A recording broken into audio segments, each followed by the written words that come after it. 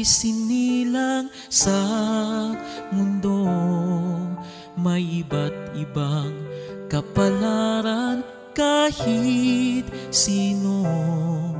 Narito kami ngayon, umaawit sa inyo upang ipaalam na kami naririto.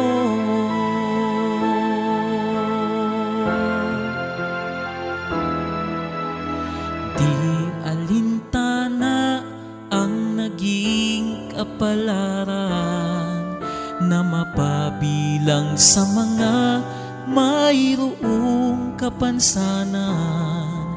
Ngunit kahit ganito ang naging kalagayan, sa pag-asa kami hindi nawawalan.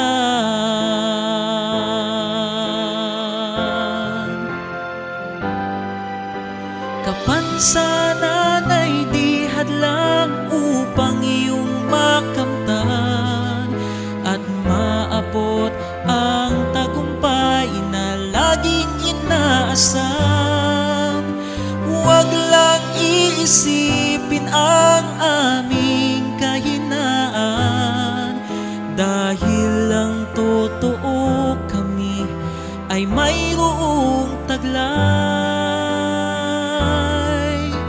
na kakayahan.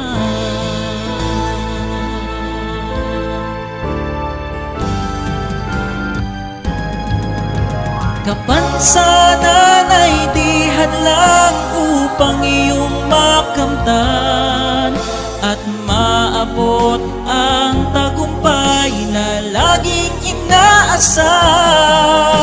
Huwag lang isipin ang iyong kahinaan, dahil lang totoo tayo ay mayroong